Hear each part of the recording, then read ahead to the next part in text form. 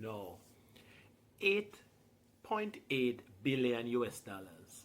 That is the staggering estimate of the damage Hurricane Melissa left behind on our tiny island. But as we stand here in late March 2026, the conversation in Jamaica has shifted from how did we survive to how are we going to pay for the recovery or the rebuilding. While the government talks about $1 million infrastructure frameworks, the average Jamaican is looking at the taxi stand and the bus park with one question. How much more is this going to cost me? With a 16% fare hike looming and a brand new one road authority being born out of the chaos. We are at a turning point. Is this the end of reactive repairs and pothole politics? Or are we just paved with good intentions? Let's get into the truth of Jamaica's 2026 reconstruction. First, let's talk about the immediate pain in the pocket. Transport Minister Daryl Vaz has basically told commuters to brace themselves. We are looking at a 16% fare increase for public passenger vehicle operators with the next few weeks. Why? Because global fuel prices driven by conflicts in the Middle East are hitting Petrojam hard. But here's the kicker. To soften the blow, the government is promising 100 brand new school buses and 100 new JUTC buses for us.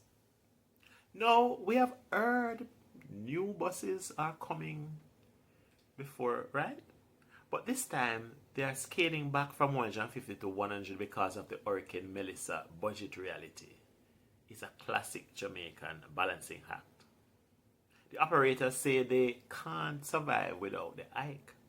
The government says they can't buy all the buses they wanted, and the commuter is the one left standing in the rain at the bus stop. But there's a bigger play happening in the 2026 budget.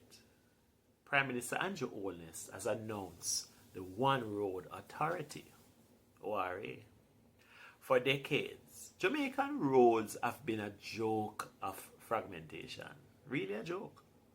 The NWC digs up the road to fix a pipe, then the JPS digs it up for a cable, and the parish council says they don't have the budget to pave it back. We have been paying twice sometimes, 3 times for the same stretch of road. The ORA is supposed to end the silviculture. No more digging up a brand new road. The Prime Minister says if you split concrete on the road now, you're going to be prosecuted. It sounds disciplined. It sounds modern. But the skepticism is real. Can one agency really manage everything from a local parochial road in St. Elizabeth to the north-south highway without becoming another mountain of red tape?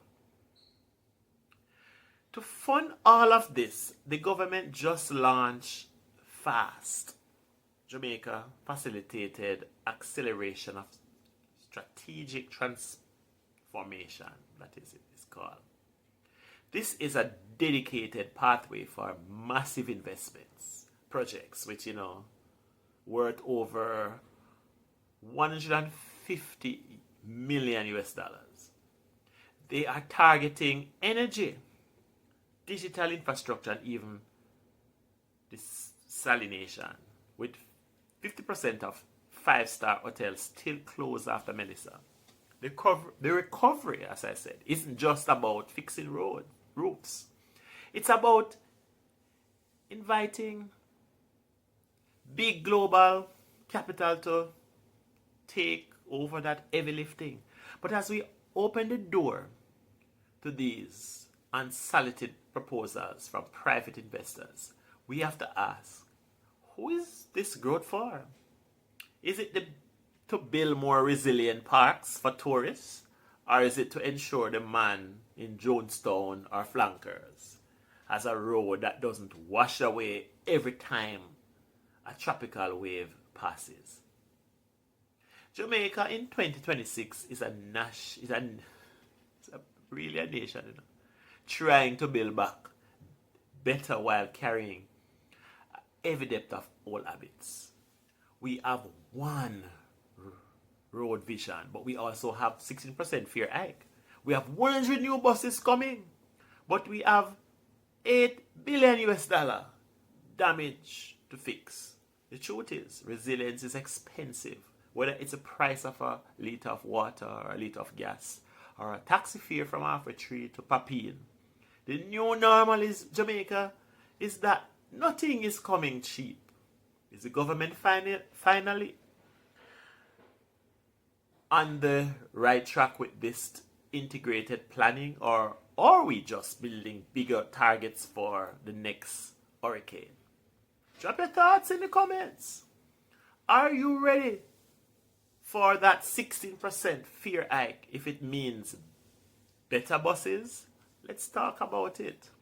$17,000. To some, it's a night out at a nice restaurant in New Kingston. To others, it's the new legal baseline for 40 hours of hard labor. This week, or should I say a few weeks ago or a few days ago, depending on what time you are watching this, Prime Minister Andrew Holness dropped the news that the national minimum wage is moving from $16,000 to $17,000 come July 1st, 2026. But as the cheers erupt on one side, the groans are getting louder on the other. With inflation biting, light bills rising, and the shadow of tax season looming in an extra $1,000 a week, enough to catch up? Are we just trading water while the tide keeps rising? Today we're looking at the 2026 budget, the minimum wage raise, and the government's massive promise to bring murderer down to a level we haven't seen in 30 years. Let's be real. The move to 17,000 is part of a steady climb. Just a few years ago, we were looking at $9,000. The government says they are transitioning to a livable wage, but the opposition and many people on the street are asking, livable for who? When you factor in the cost of transport, a basic lunch, and the price of packaged goods, we talked about it in the last video, maybe if you have watched, that $17,000 starts to vanish before you even reach the bus park. The debate in Garden House right now isn't just about the numbers. It's about $29.4 billion in revenue that measures the government need to fund this budget. Are they giving with one hand and taking back with the GCT on the other? But here's the headline that really stopped everyone in their tracks. The Prime Minister expressed confidence that Jamaica will record fewer than 500 murders in 2026. For context, we haven't seen a number that low since the early 90s. Last year, we saw a massive 43% drop. Between January and mid-March this year, we're already down nearly 30% compared to 2025. This is the security dividend, really. The government is betting everything on the idea that if they can keep the peace, the economy will follow. But as many Jamaicans will tell you a calm street doesn't always mean a safe street, you know. We're seeing a shift towards intelligence-led policing. But the question remains, can this momentum hold, or is it just a pre-election cycle cool down? The other big point of friction, the National Housing Trust.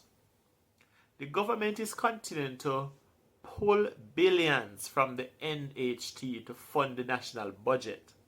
The opposition is calling this a continued extraction that hurts the very people the trust was built for. Meanwhile, there's a push to raise the income tax threshold even further to, say, $3 million, I should say, to help the working middle class who are currently caught in a squeeze. They earn too much for the minimum wage benefits, but not enough to survive the skyrocketing cost of housing and services in 2,000 square feet apartments in, say, Ligani, that cost $50 million. 2026 is shaping up to be a year, you see, of big bets. I bet that $17,000 is a fair start. I bet that the murder rate will collapse. And I bet that Jamaica can grow its way out of the bureaucracy. But as always, the truth isn't found in a speech at Garden House. It's found in the supermarket aisle on the corner in your community. Are you feeling the growth yet? Or are you just feeling the grind? These are things to really consider, my friend. Thank you again for tuning in. Remember to like, share, subscribe, and follow me for more. This is Dovi. Peace out.